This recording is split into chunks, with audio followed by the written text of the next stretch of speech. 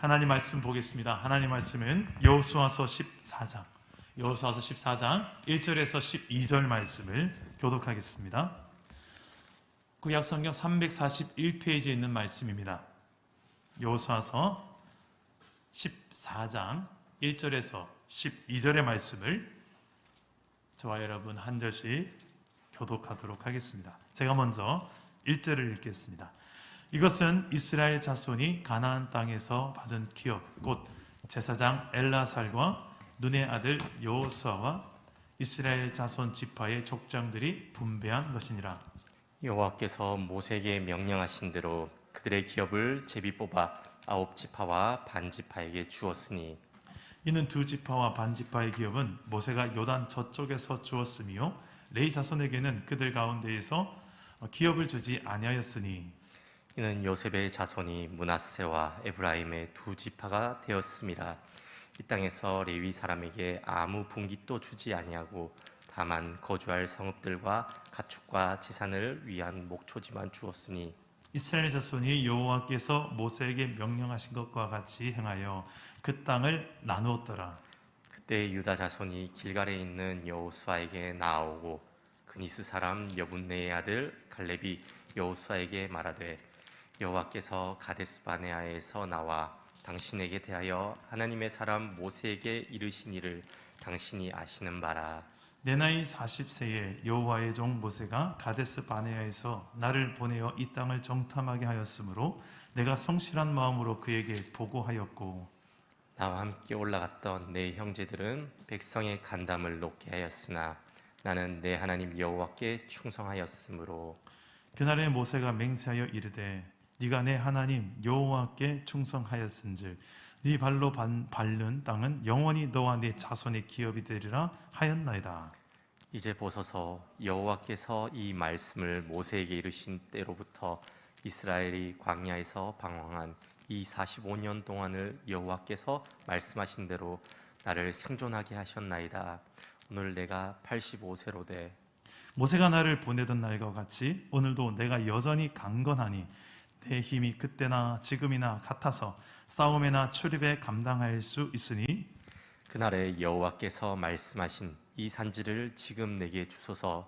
당신도 그날에 들으셨거니와 그곳에는 아낙 사람이 있고 그 성읍들은 크고 견고할지라도 여호와께서 나와 함께 하시면 내가 여호와께서 말씀하신 대로 그들을 쫓아내리이다 하니. 아멘. 오늘도 말씀으로 찾아오시는 주님 만나기를 축복합니다. 추석에 연휴를 여러분 보내고 계실 텐데요. 추석 때 하지 말아야 될 금기어 3가지가 있다고 합니다. 1위에서 3위까지가 있는데 3위는 다 너 잘 되라고 하는 말이야. 2위, 나 때는 말이야. 요즘 애들은 말이야. 1위, 너 앞으로 계획이 뭐니? 이런 거 물어보시면 안 된다고 합니다. 다 관심의 말들이고 또 위해서 해주는 말일 텐데 정작 듣는 사람 입장에 있어서는 또 왜 저러시나 이런 반응을 보인다는 거죠. 교회 안에도 보면 성도들 사이에서 금기어는 아니지만 부담을 주는 부담어들이 있습니다. 이런 말들이죠. 네가 아직 안 죽어서 그래. 믿음이 없으니까 안 되는 거야. 순종해, 순종. 예수님의 사랑으로 용서하면 되잖아. 말은 쉽죠. 여러분 용서가 잘 됩니까? 잘 안 되죠. 근데 우리는 이런 말들을 너무 쉽게 툭 던질 때가 있어요. 다 맞는 말이고 다 위에서 해주는 말 같은데 듣는 사람 입장에 있어서는 차라리 안 했으면 좋겠다 싶은 말들도 솔직히 있는 건 사실입니다. 내 입장에서는 다 위에서 하는 말이고 내 입장에서는 다 맞는 말이잖아요. 틀린 말 아니잖아요. 그런데 상대방 입장에서 보면 차라리 안 했으면 좋겠다 하는 말들이 의외로 교회 안에도 많고 추석 명절 친한 가족들끼리 사이에서도 많다는 것을 우리는 보게 된다는 것입니다. 그래서 우리는 이 말에 있어서도 상대방의 입장을 좀 알고 아무리 좋은 말이라도 맞는 말이라도 어떻게 이 사람이 말을 들을 것인가를 좀 알고 할 수 있는 성숙한 언어가 필요하다라고 생각합니다. 이 성숙이라는 것은 내 입장만 보는 상태가 아니라 상대방의 입장까지도 이해하고 볼 수 있는 힘이죠. 좀 내 주변에 이렇게 좀 성숙한 사람이 많았으면 좋겠습니다. 내 친구가 이런 성숙한 사람, 내 배우자가, 이 나라의 지도자가, 교회 안에도 이런 좀 성숙한 사람들이 참 많았으면 좋겠다. 아니, 내가 좀 그런 성숙한 사람이 되었으면 좋겠다. 여러분, 이런 바람들이 다 있지 않습니까? 여러분들은 지금 어떻게 살아가고 계신 것 같습니까? 여러분 말과 치며 안타까워하고 있지는 않으십니까?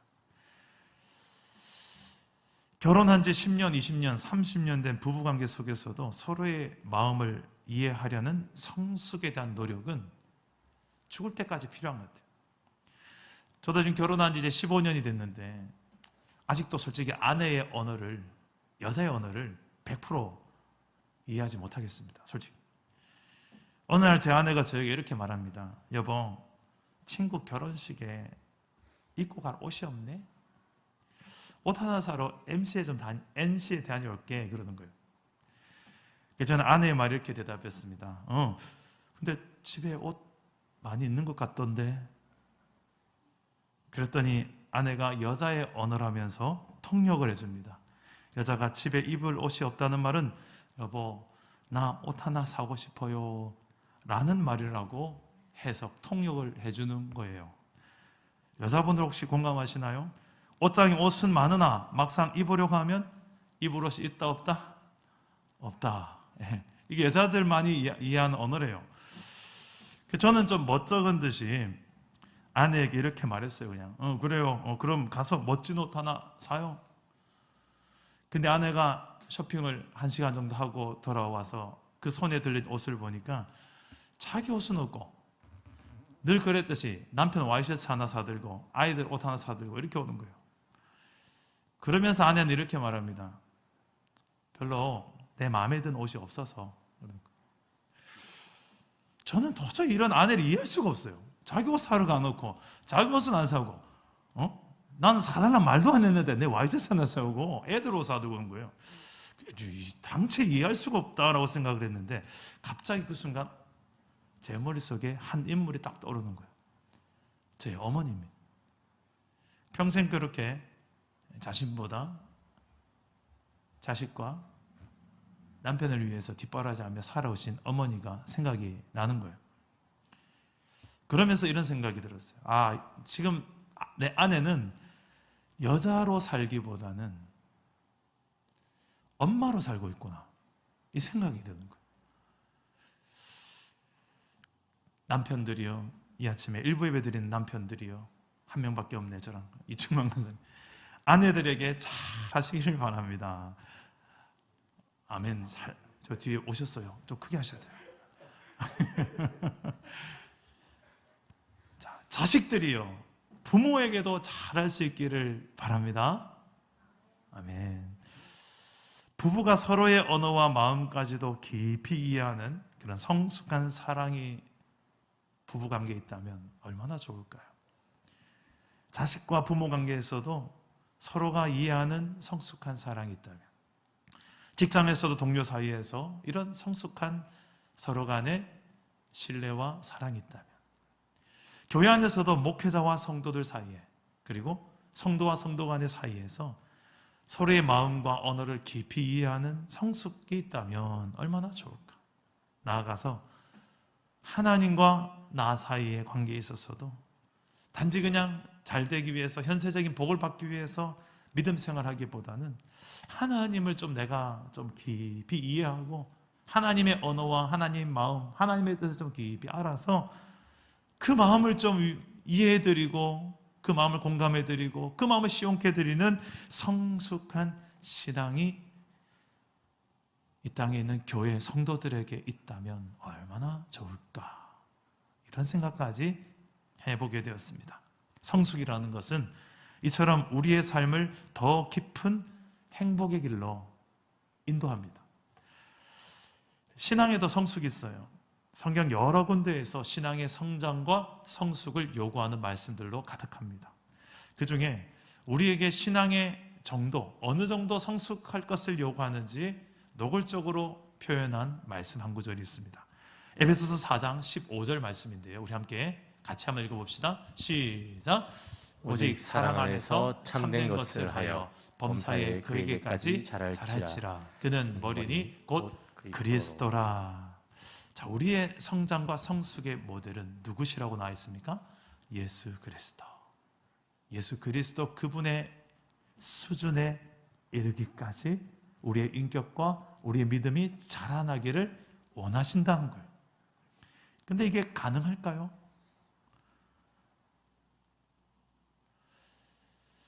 저는 이런 말씀 대목이 나오면 하나님께 살짝 따지고 싶은 마음이 있습니다.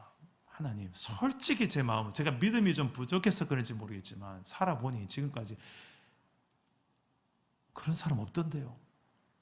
저희 부모도 안 되고 제 주변에 아주 신실하다 해도 안 되던데요. 가능한 걸 주셔야죠. 목표로. 이런 약간의 반감이 생기더라고요. 그런데 제 마음의 깨달음이 어떻게 오냐면 이렇게 깨달아지더라고요. 이건 가능하냐 못하냐를 따지기보다는 아버지의 마음이다. 부모의 마음이다. 여러분, 자식이 나중에 커서 정말 대통령 될 거란 생각으로 야, 커서 너 대통령 돼 이런 말 하는 사람 있을까요? 네? 없잖아요. 그냥 잘 되길 바라는 마음이고, 어떻게 해서든 부모의 마음은 이 애가 그만큼 미치지 못한다 할지라도 어떻게 해서든 최상의 것을 주고 싶고 가장 좋은 자리에 내 자식이 있었으면 좋겠고, 이게 부모 마음이 아닐까.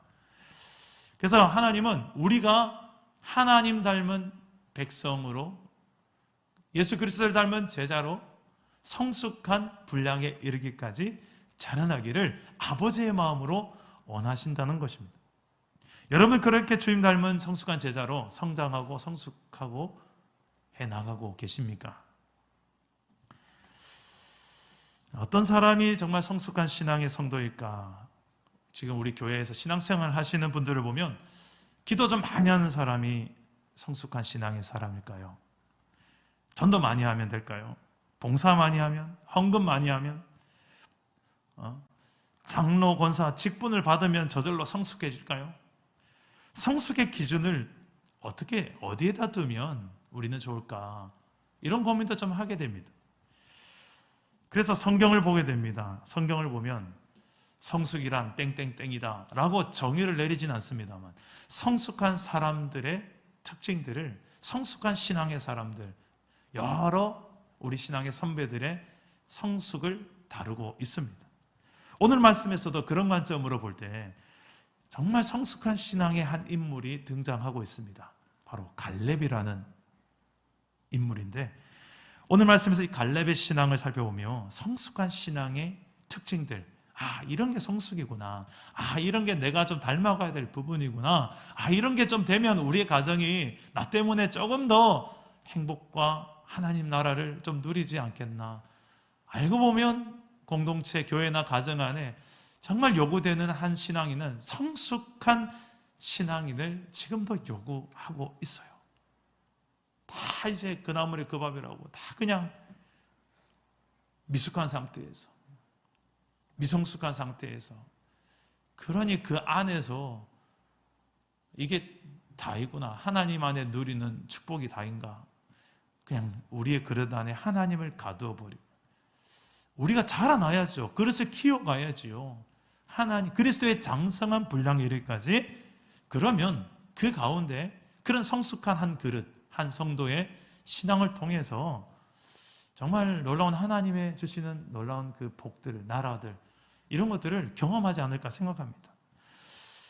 그래서 오늘 이 갈렙의 신앙을 통해서 이 성숙한 신앙인의 특징을 우리의 삶에 잘 거울 삼아서 좀 비춰봤으면 좋겠습니다. 첫째로, 성숙한 신앙인은 하나님을 향한 충성을 다한다는 것입니다. 우리 7절에서 9절까지의 말씀인데 우리 한번 더 읽어보겠습니다. 7절에서 9절입니다. 내 나이 40세에 여호와의 종 모세가 가데스 바네아에서 나를 보내어 이 땅을 정탐하게 하였으므로 내가 성실한 마음으로 그에게 보고하였고, 나와 함께 올라갔던 내 형제들은 백성의 간담을 높게 하였으나 나는 내 하나님 여호와께 충성하였으므로 그날에 모세가 맹세하여 이르되 네가 네 하나님 여호와께 충성하였은즉 네 발로 밟는 땅은 영원히 너와 네 자손의 기업이 되리라 하였나이다. 자, 갈렙의 이 성숙한 신앙의 중요한 특징이요 또 이유라고 할 수 있는 것은 하나님을 향한 충성된 마음, 충성하는 믿음이 있었기 때문입니다. 그래서 과거 40년 전에 12명의 정탐꾼을 이 가나안 땅에 보냈을 때에도 12명 중에 10명은 다 부정적인 보고, 불신앙적인 보고를 했지만 단 2명, 여호수아와 갈렙만 믿음의 보고를 했었지요. 이 10대 2라는 아주 대세는 이 부정적인 쪽, 비신앙적인 쪽, 어떻게 보면 되게 현실적인 쪽, 이것이 정말 대세였습니다만 갈렙과 여호수아는 오직 하나님을 신뢰하고 하나님을 향한 흔들리지 않은 충성의 믿음으로 믿음의 보고를 하게 된 것이었습니다. 지금 그 이야기를 하고 있는 거예요. 방금 읽은 말씀.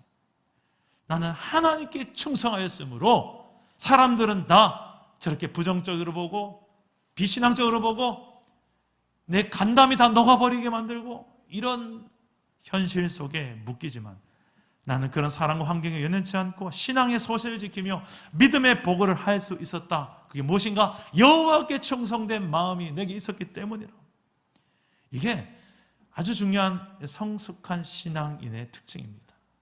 그러니까 충성이라는 것, 감정에 따라 널뛰지 않고 환경과 대세를 따라 좌우로나우로 치우치지 않는 그 마음, 이 충성된 마음, 이게 갈렙의 중요한 성숙한 신앙의 특징이었습니다. 여러분이 충성을 뭐라고 정의할 수 있을까요? 충성의 사전적 의미를 검색해 보면 충성이란 진정에서 우러나오는 정성이다라고 나와 있더라고요. 진정에서 우러나오는 정성. 그러니까 한마디로 진정성 있는 정성, 진정성 있는 봉사, 진정성 있는 신앙, 이런 것들이 갈렙의 마음이요 믿음이었던 거예요. 겉으로만 모양새만 갖추는 헌신, 봉사, 거칠에만 하는 신앙 말고요, 내 속에 진정이 있는, 진정성이 담긴, 그래서 상황이 어떤 상황이 와도, 좀 불리하고 힘든 상황이 와도 대세는 저쪽으로 갔어도 끝까지 그 내 안에 신앙의 소신 때문에 사람은 나를 실족하게 할 수 있고 나를 시험 들게 할 수도 있고, 하지만 내 안에 하나님을 향한 충성된 믿음이 있다면 널뛰지 않는다는 거예요. 자라나오는다 치우치지도 않는다는 거예요. 이게 충성된 신앙이에요. 이게 성숙한 신앙인의 중요한 특징이요 신앙의 모습입니다. 여러분은 이런 충성된 마음, 신앙이, 하나님을 향한 충성이 어느 정도 있는 것 같습니까? 겉으로만, 눈앞에서만의 혹시 그런 충성은 아닙니까? 여러분 한 번씩 우리나라 사극을 보면 충신이 있고 간신이 있잖아요. 그죠? 왕 옆에 간신은 어때요? 앞에서는 전하 하면서 이렇게 잘하잖아요. 근데 충신은 어떻게 합니까? 정말 해야 될 말도 있을 때는 하잖아요. 전하, 이러시면 안 됩니다. 할 말도 하고, 그 마음에서 정말 충심은 왕이 알아요. 왕이 알아. 겉으로만 잘하는 척, 그 속에 다 보이는데 하나님 왜 모르실까? 다 아는데. 다음 주일이면 사랑남은 교회가 분립개척한 지 3년이 되어서 이제 설립 3주년. 벌써 3년이 되었습니다. 저는 그래서 3주년을 맞이하여 뒤돌아보며 참 많은 생각을 해요. 또 페이스북에 봐도 몇 년 전 사진입니다 막 올라오잖아요. 그래서 제가 어제 보니 3년 전 사진입니다 올라왔는데, 어떤 사진이 올라왔나 보니까 주보가 올라왔더라고요. 우리 교회 첫 주보가 올라왔는데 얼마나 썰렁하든지.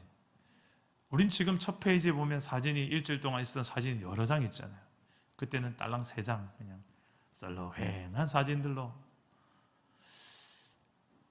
근데 지금 그 사진들도 보고 지금 우리의 상황을 보고 3년 전을 생각해보고 지금을 생각해보고 하다 보니까 정말 하나님을 향한 충성된 믿음의 동역자들이 이런 사람들이겠구나라는 생각을 참 많이 하게 돼요. 상황 따라, 환경 따라, 사람 따라 휘청대고 널뛰게 하는 그런 신앙 말고 정말 충성된 신앙의 동역자들이 우리 공동체에 이렇게 있구나라는 생각을 제가 참 하며 감사하는 마음들이 많았습니다. 우리 공동체를 그렇게 다 충성된 하나님을 향한 믿음으로 함께 했기 때문에 여기까지 오지 않았을까. 제가 하나의 예화를 봤는데요. 미국의 한 교수가 어느 날 친구에게 강아지를 선물 받았다고 합니다. 개를 좋아하지 않는 교수였지만 그 강아지는 보는 순간 느낌이 달라서 키우는 거예요. 아내의 반대에도 불구하고 강아지를 키우기 시작했습니다. 학교로 가는 시간을 제외하고는 언제나 강아지와 함께 딱 붙어 있었어요. 그 하치라는 이름의 작고 귀여운 강아지. 금세 듬직하게 자라납니다. 그 교수가 이제 출근할 때마다 배웅을 하고 퇴근길에 칼같이 나와서 교수가 오기를 마중 나와서 기다리고 있는 거예요. 네, 안타깝게도 몇 년 뒤에 교수가 수업 중에 갑자기 쓰러지고 세상을 떠납니다. 그런데 이 하치라는 이 개는 매일같이 주인을 향하여 죽은 주인인지도 모르고 마중을 나간다는 거예요. 그 다음 날이 되어도 이 하치라는 개는 무려 10년 동안 하루도 빠짐없이 역으로 나아가 주인이 오기를 거기에서 다 기다리는 거예요. 마지막 하치라는 개가 죽을 때 마지막엔 어떻게 죽었냐면 이 개가 주인을 기다리다가 그 역에서 숨을 거두었다고 합니다. 이 이야기에 감동받은 사람들이 이 하치라는 개의 충성을 기리기 위해서 역 앞에다가 상을 2개나 세웠대요. 그 동상까지 세워질 정도로 이 하치의 충성이 많이 칭찬을 받고 있는데 나중에는 할리우드에서 영화로도 제작되었다고 합니다. 저는 이 이야기를 보면서 이 개라는 동물, 개가 뭐길래 이렇게 주인에게 충성하는데 하물며 개보다 몇백 배는 더 기가 막히게 창조되어진 인간이 우리의 진정한 주인 되시고 창조주가 되신 하나님을 향하여 정말 충성해야 되지 않을까, 이런 생각이 들었어요. 왜냐하면 하나님이 우리를 창조하셨기 때문입니다. 죄악에 빠지는 우리를 또한 아들 예수를 십자가에 매달면서까지 구원하신 분이기 때문입니다. 더 이상 나를 또한 죄인이라 부르지도 않고 의인이라, 내 백성이다, 내 아들이, 내 딸이라 불러주시는 내 아버지 되신 하나님이기 때문에 그렇습니다. 그런 하나님을 향하여 우리는 어떻게 반응해야 될까? 그냥 많은 복 주세요, 잘되게 해주세요 만인가? 아니면 어떠한 상황 속에 좀 힘겹고 불리한 상황, 때로는 남 모르는 아픔과 결핍 속에서도 그보다 더 큰 것이 내게 있잖아. 하나님, 내 큰 걸 주셨잖아. 그 하나님과 그의 나라, 그 아들까지 주시기까지 한 그 사랑 앞에서, 그래요 하나님, 사람은 뭐라고 나에게 말할지 모르지만 나는 하나님 앞에 나는 충성을 다할 거예요. 사람들이 나를 어떻게 평가하고 어떻게 말할지 모르지만 나는 내 신앙은 하나님이에요. 하나님 때문에 여기까지 왔고 하나님 때문에 갈 거예요. 그 하나님을 향한 충성된 신앙으로 내게 주어진 모든 상황들 속에서 흔들리지 않고 중심으로 하나님께 정성을 다하는 신앙인 저와 여러분, 이 시대의 갈렙과 같은 일꾼 되기를 주님의 이름으로 축복합니다. 둘째로, 갈렙은 하나님께만 충성을 다한 게 아니라 하나님이 통치하고 다스리는 나라, 즉 하나님 나라 공동체, 이 땅에 세워진 교회, 그리고 예수의 이름으로 세워져가는 가정, 심지어는 일터, 하나님 나라 공동체에 충성을 다하는 그런 인물이었어요. 이런 것을 성숙의 특징으로 볼 수 있다는 것입니다. 6절 말씀에 보면 갈렙을 이렇게 소개합니다. 그니스 사람 여분네의 아들 갈렙이라고 갈렙을 소개합니다. 그래서 이 갈렙은 정통 이스라엘 사람이 아니에요. 에돔 사람으로서 이방인 출신이었습니다. 생각해 보십시오. 이방인 출신 갈렙이 어떻게 이스라엘 12지파 중에 가장 핵심 지파가 되는 유다 지파, 그 유다 지파의 대표가 될 수 있었을까? 이방인 출신 갈렙이 어떻게 이스라엘 백성들과 함께 살게 되었는지 성경은 말하지 않습니다. 하지만 이 갈렙은 아주 이스라엘 백성의 중요한 영향력 있는 인물이었구나. 40년 전부터. 왜? 가나안 정탐꾼을 보낼 때 12명을 보내잖아요. 각 지파별 대표를 뽑아서 보냈는데 그 중에 유다 지파의 대표로 이 갈렙이 등장합니다. 그 12정탐꾼 중에는 여호수아도 있어요. 그만큼 영향력 있는 사람들이나 갈 수 있었던 그 일에 갈렙이 낄 수 있었던 것, 지파의 대표를 설 수 있었던 것, 이건 아무나 세운 자리가 아니에요. 왜? 한 민족의 가정에 생명이 걸린 일이고 미래가 걸린 일이기 때문에 정말 신중하게 선택해서 가서 제대로 보고 와라. 너희가 말하는 거에 따라 이 민족이 걸려있다. 그래서 정탐꾼을 보낼 때도 신중하게 신뢰할 만한 인물들을 뽑았을 거예요. 그런 갈렙이었어요. 한마디로 이스라엘 나라에서 인정받는 리더십이었고 한 지파의 우두머리였던 이 갈렙. 어떻게 이렇게 인정받을 수 있는 이방인 출신의 인물이 되어 수 있었을까? 이건 절대 쉬운 일이 아닙니다. 갈렙 안에 있는 이 공동체의 모든 멤버들이 믿을 만한 공동체를 향한 신실한 이 헌신이 있지 않고서야 불가능해요. 저도 이 사랑 담은 교회 공동체를 3년 동안 이끌어오면서 보니까 특히 리더십들은 아무나 못 세워요. 왜? 리더 한 명 꼴가당 땀만 먹고 이상한 짓 하면 거기에 맡겨진 모든 양떼들 다 무너져요. 다 시험 들고. 이 느낌 아니까. 리더를 아무나 못 세웁니다. 다른 사람 몰라도 교사, 셀 리더, 팀장, 간사, 교역장 이런 교회 안에 이런 리더십들은 절대로 함부로 세우면 안 되는 거예요. 아, 목사님 저 사람 세워주죠. 그래서 막 목사님 사람 자꾸 안 세운다. 아, 사람 못 믿는다. 못 믿는 게 아니고 한 명이라도 세우고 싶어요, 저는. 그런데 정말 이게 중요한 일이기 때문에 때가 있고 과정이 있고 방법이 있는 거예요. 여러분, 정말 이 리더십으로 세워진 이 갈렙은 공동체 모두가 인정할 만한, 특히 지도자가 봐도 그리고 옆에 한 동력자가 봐도 저 사람은 리더감입니다. 지도자감입니다. 인정 안 할 수 없는 인물이 갈렙이 될 수 있었던 이유, 그 공동체 안에서 얼마나 충성을 다했을까요? 하나님께만 충성이 아니라 내 동력자들에게도 충성하고 리더십에게도 충성하고, 이게 진짜 충성의 열매입니다. 여러분들은 지금 어떻게 하나님 나라 공동체를 향해 충성된 삶을 살아가고 계십니까? 여러분, 가정이 그 하나님 나라가 될 수 있고요, 교회 공동체는 당연하거니와 일터가 하나님 나라 공동체일 수도 있습니다. 거기에서 어떻게 충성으로 열매 맺고 모든 사람들이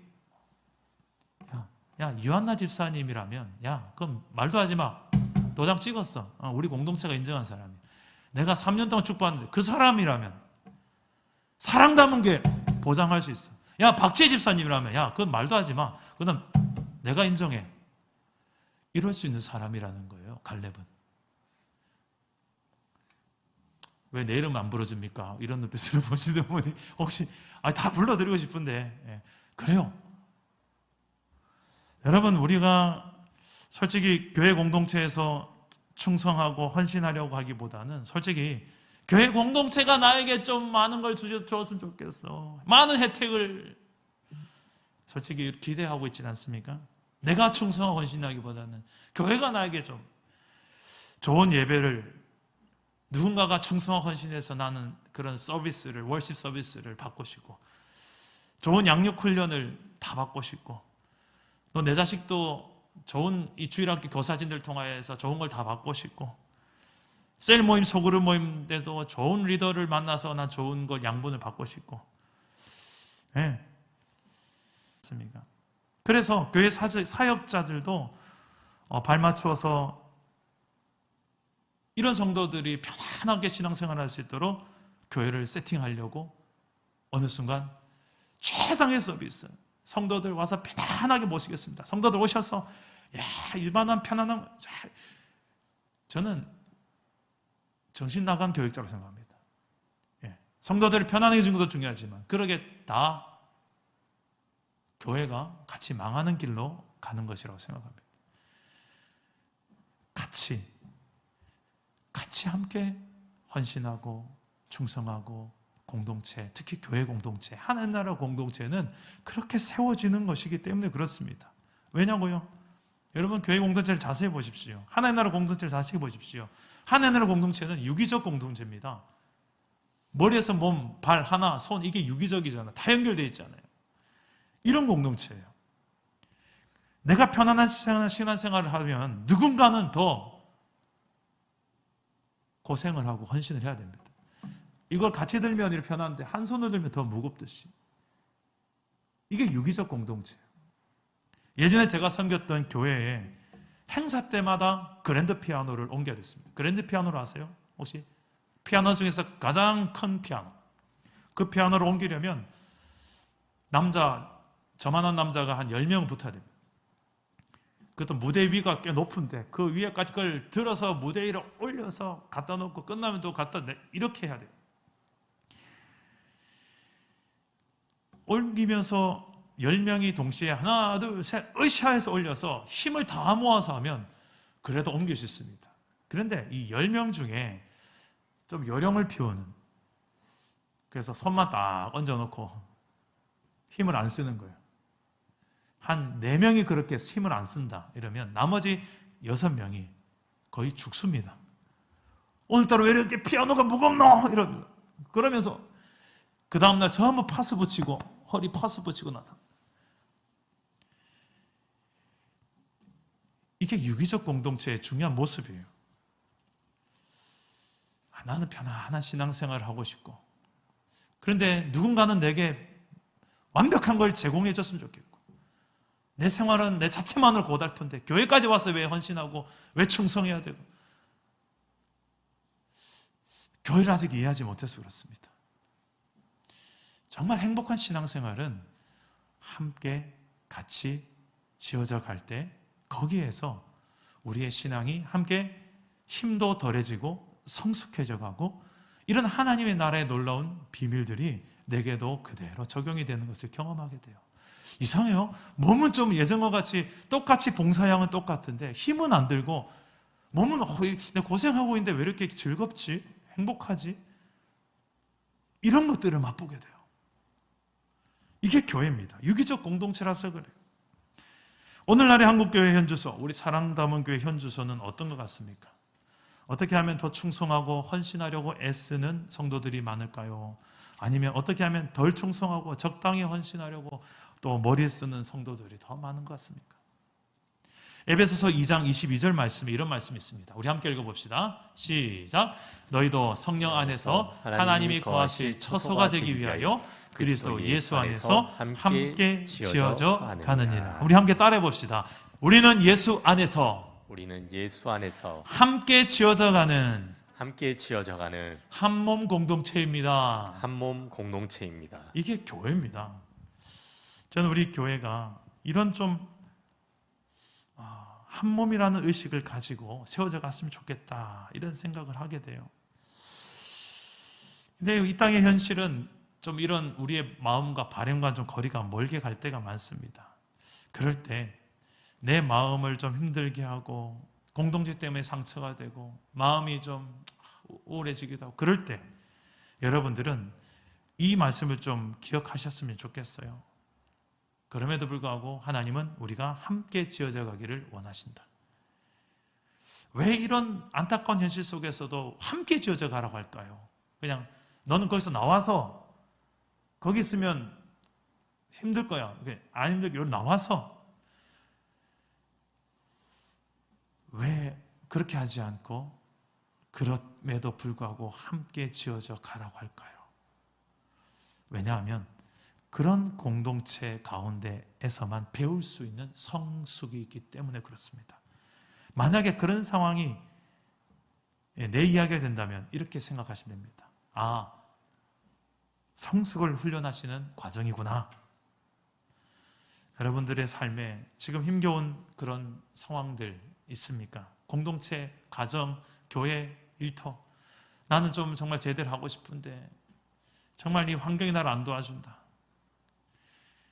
그래서 참 많이 실망하고 실족하고 심지어는 이 공동체를 떠나버릴까. 이런 상황들이 있을 때, 그리고 다른 문제 아니라 알고 보니 이게 내 문제였구나. 내가 아직 미숙해서 그렇구나. 환경도 문제지만 나의 미숙함도 문제구나. 이 총체적인 문제구나. 이게 다 느껴질 때 여러분 이렇게 생각하시고 말하면 좋습니다. 따라해 봅시다. 아직 완공되지 못해서 그렇습니다. 완공되지 못해서. 지어져 가는 중이라서 그렇습니다. 지어져 가는 중이라서 그렇습니다. 좀 이해해 주세요. 이게 성경적인 성도들의 모습이에요. 우린 죽을 때까지 다 완벽하지 못하고 완성되어져 가는 과정을 보다가 주님 앞에 설 거예요. 나만 미완성이 아니라 옆 사람도 그렇고 우린 다 그래요. 무엇입니까? 서로 좀 불쌍히 여겨주고 서로 좀 더 내가 한 걸음 더 이해하려고 애쓰고 내가 조금 더 성숙하기 위해서 몸부림치고, 그게 교회예요. 비록 온전하지 못한 이 땅의 하나님 나라 공동체이지만 내가 성숙한 사랑으로 사랑하고 헌신하는 충성을 준비한다면, 그런 충성을 다하는 성도 된다면 갈렙과 같이 정말 귀하게 하나님 나라 사역에 쓰임받게 되줄 줄 믿습니다. 마지막으로 성숙한 신앙의 특징은 힘든 장애물들을 신앙으로 극복해버린다는 거예요. 갈렙에게는 여러 힘든 상황 속에서도 핑계가 아닌 극복하는 성숙한 믿음이 있었습니다. 이 장애물을 극복하는 믿음, 여러분들에도 있길 바라는데, 이 갈렙이라는 이름의 뜻이 어떤 뜻이냐면 개, 멍멍 개라는 뜻이 있어요. 그리고 종, 또 힘이 세다, 이런 의미들이 담겨 있는데, 이스라엘 백성들은 이방인들을 개처럼 여겼죠. 그런데 갈렙의 이름의 뜻이 개였습니다. 이방인 출신 갈렙은 놀림당하고 왕따를 당할 소지가 아주 많았을 것으로 짐작할 수 있습니다. 하지만 개의치 않았을 거예요. 갈렙은 운명을 탓하지 않습니다. 부모나 조상을 원망하지도 않고 대세를 따르지도 않습니다. 오직 그의 신앙의 핵심은 하나님만 온전히 따랐다. 하나님께 충성된 신앙이었다. 이게 성경이 말하는 갈렙의 신앙이었지 않습니까? 그런데 그에게는 이런 자신 안에 이런 문제가 있었어요. 자신의 이름조차도 이런 이름이에요. 개예요. 개. 이방인들을 개처럼 여기는 이스라엘 백성들의 개가 나타난 거예요. 그러니까 이름까지 개예요. 그리고 오늘 말씀 보면 10절 말씀에 갈렙의 나이가 공개되는데 85세랍니다. 85세 노인입니다. 이런 이방인 출신 갈렙, 노인 갈렙이 지금 입을 열어서 지도자에게 이렇게 이야기하는 거예요. 헤브론 성읍, 저 산지를 내게 달라고. 12절에 보면 이 땅이 어떤 땅인지를 설명하는데, 그곳에는 아낙 사람이 있고 그 성읍들은 크고 견고할지라도. 누가 있어요? 아낙 사람. 아낙 사람은 거인족입니다. 키가 2m 90cm가 되는 이 골리앗과 같은 이런 거인 족속들이 살았는데, 이 아낙 자손의 후예들입니다. 그 아낙 자손들이 거주했던 땅이 바로 이 헤브론 땅이었고, 그 성읍은 크고 견고했다라고 성경은 말합니다. 이런 환경인 줄 지금 알면서도 구하는 거예요. 지금 생각해 보세요. 지금 웬만한 가나안 땅 정복 전쟁은 대부분 다 이겨놓은 싸움입니다. 이제 남겨진 몇 개만 더 정복하면 되는데, 그 중에서도 서로가 좀 가기 꺼려하는 성읍 중에 하나가 어떻게 보면 이 헤브론 성일 수도 있지 않았을까요? 크고 견고한 성읍에 거인들이 살았던 그곳, 40년 전에 정탐꾼이 가서 간담이 녹았던 이유, 그들의 거인이더라. 우리는 메뚜기처럼 작아 보이더라. 그들도 우리를 메뚜기처럼 여길 것이다. 그렇게 만들었던 장본인이 살았던 처소가 바로 헤브론성. 거기를 요청하고 있는 것입니다. 그런데 그렇게 말할 수 있었던 갈렙의 중심에는 이런 신앙이 있었어요. 우리 12절 후반부에 보면 이렇게 말합니다. 여호와께서 나와 함께 하시면 내가 여호와께서 말씀하신 대로 그들을 쫓아내리이다. 할렐루야. 갈렙에게는 이런 믿는 구석이 있었어요. 여호와께서 나와 함께 하신다면, 여호와께서 나와 함께 하신다면 내가 여호와께서 말씀하신 대로 그들을 쫓아내리이다. 갈렙은 여호와 하나님을 실제로 믿었던 것입니다. 말만이 아니라 실제로 믿었기 때문에 이런 행동을 내가 하겠습니다라고 결단할 수 있었던 거예요. 그리고 하나님의 약속을 실제로 믿었던 거예요. 40년 전에 하나님께서 모세를 통해 주었던 그 약속을, 네가 밟는 그 땅을 너와 네 자손에게 줄 것이다 라고 그 약속을 가나안 땅 전체를 걸고, 그 중에 어떠한 경관 성읍이라도, 여리고성, 헤브론성, 어떤 경관 성이랄지라도, 아무리 키가 장대까지 큰 거인 족속이랄지라도 하나님이 약속하셨으니까 반드시 이 땅을 주실 것이라 난 믿습니다. 그래서 갈렙은 자신의 약점을 알았고 자신의 이름조차도 개였고 이런 환경의 어려움과 수많은 장벽들이 내 앞에 놓여있다 할지라도 하나님을 믿었고 그 약속을 믿었고 자신이 해야 될 사명이 무엇인지 정확하게 알았기 때문에 이렇게 외칠 수 있었던 것입니다. 이 산지를 지금 내게 주소서, 이 산지를 지금 내게 주소서. 여러분들이 이렇게 외쳐야 될 산지는 무엇입니까? 주여, 이 산지를 지금 내게 주셔서, 그날에 하나님 내게 약속했잖아요. 지금 내게 주셔서. 이게 여러분 가정이 될 수 있고요, 여러분 교회 안에 주어진 사명이 될 수도 있고, 여러분 인생에 걸린, 이 시대에 걸린 여러분에게 주어진 사명일 수 있습니다. 그 사명의 산지는 무엇입니까? 성숙한 신앙은 이와 같이 자신의 약점, 환경의 어려운 것들, 이것보다 이것을 다 극복할 수 있었던 하나님이 나와 함께 하신다면, 하나님 하신 약속대로 내 삶에 하나님이 그것이 이루어질 것을 믿기에, 그것을 능히 극복하는 신앙인 줄 믿으시기를 바랍니다.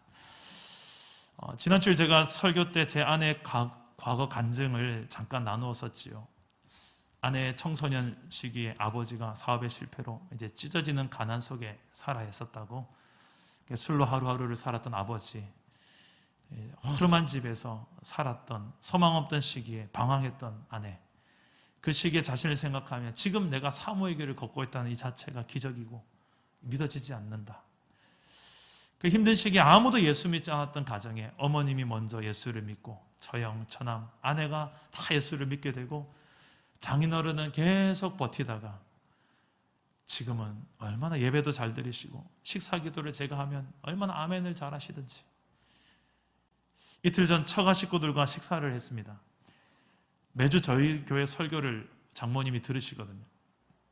근데 지난주에 설교를 듣더니 많이 우셨대요.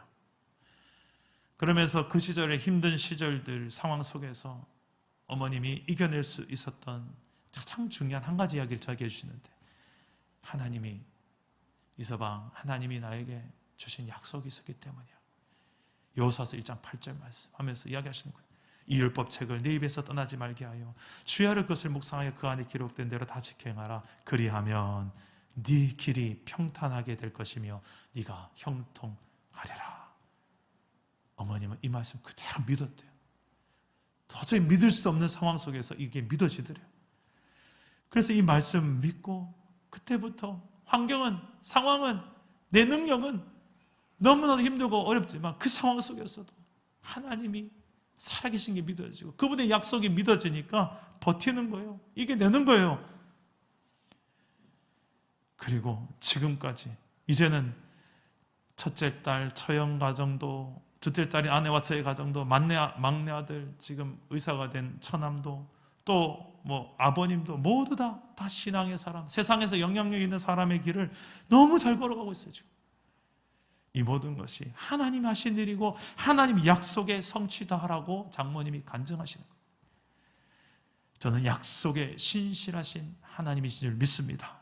오 신실하신 주, 오 신실하신 주, 내 너를 떠나지도 않으리라, 내 너를 버리지도 않으리라. 약속하셨던 주님, 그 약속을 지키사 이후로도 영원토록 나를 지키시리라 확신하네. 할렐루야. 비록 자신의 약점이 있고 크고 견고한 장애물들이 내 앞에 가로막고 있다 할지라도, 힘든 환경들이 있어도 하나님을 진짜로 믿는다면, 그리고 그분의 약속을 반드시 이게 성취될 것이라는 것을 믿는다면, 내 삶에 어떤 장애물도 넉넉히 극복하고 정복하고 이겨내는 성숙한 신앙인, 그런 저와 여러분 되어지기를 주 예수의 이름으로 축복합니다. 말씀을 맺겠습니다. 필립스라고 하는 분이 쓴 Your God is too small 이라는 책에 보면 필립스는 당신의 하나님은 얼마나 크신 하나님인가 라고 질문합니다. 만약에 누군가 갈렙에게 이 질문했다면 나의 하나님은 어떤 것보다 비교할 수 없는 크신 하나님이십니다 라고 대답했을 것입니다. 어떤 소년이 온몸에 땀이 흠뻑 젖도록 힘을 다해 냇가에서 큰 돌을 막 옮기고 있습니다. 뭐하냐 했더니 아버지가 달아가 보더니 이 돌 밑에 다슬기가 많을 것 같아서 그래요. 근데 꼼짝을 않는 거예요. 이 광경을 지켜보던 이 소년의 아버지가 얘야, 네가 지금 최선을 다했냐라고 질문합니다. 소년은 물론이죠. 그때 아버지가 아니, 너는 최선을 다하지 않았어. 얘야, 이 아버지는 충분히 이 돌을 움직일 수 있는데 넌 나한테 도와달란 말을 안 했거든. 우리가 정말 하나님을 믿는다는 것은 그냥 비상적, 추상적인 것이 아닙니다. 실제적인 우리의 삶에 여러 가지 이런 내가 감당해야 될 일들 속에 내 힘으로 도저히 이거는 이겨내기 역부족입니다. 그런 상황 속에서도 하나님 도와주세요. 하나님 하시면 되잖아요. 하나님은 그런 자녀들을 돕기를 원하십니다. 그래서 성령님을 보내신 거예요. 어처구니 없게도 우리는 하나님을 믿노라 하면서도 수많은 상황 속에서 종종 내 힘과 내 지혜, 내 방법만 고집하다가 결국은 포기하고 비관적으로 생각합니다. 곁에 계신 하나님을 보면 마음의 여유가 생길 텐데 하나님을 믿음의 눈으로 보지 못하게 낭망하고 힘을 잃어버립니다. 비록 이방인 출신의 지금 85세의 노인이 된 갈렙이지만 그는 거인들이 살고 있는 크고 견고한 성읍 헤브론 산지를 향해 이 산지를 내게 주셔서 그날에 주께서 약속하셨던 이 산지를 지금 내게 주셔서 이렇게 믿음으로 간구했던 것처럼 저와 여러분들에게도 이런 성숙한 믿음으로 내게 주어진 가정과 일터, 교회, 시대의 상황 속에서 네 자신의 상황과 연약함, 이런 것 때문에 핑계대지 않고 하나님 나라를 끝까지 충성되게 사명 감당하며 확장해 나아가는 저와 여러분 되기를 주 예수의 이름으로 축복합니다.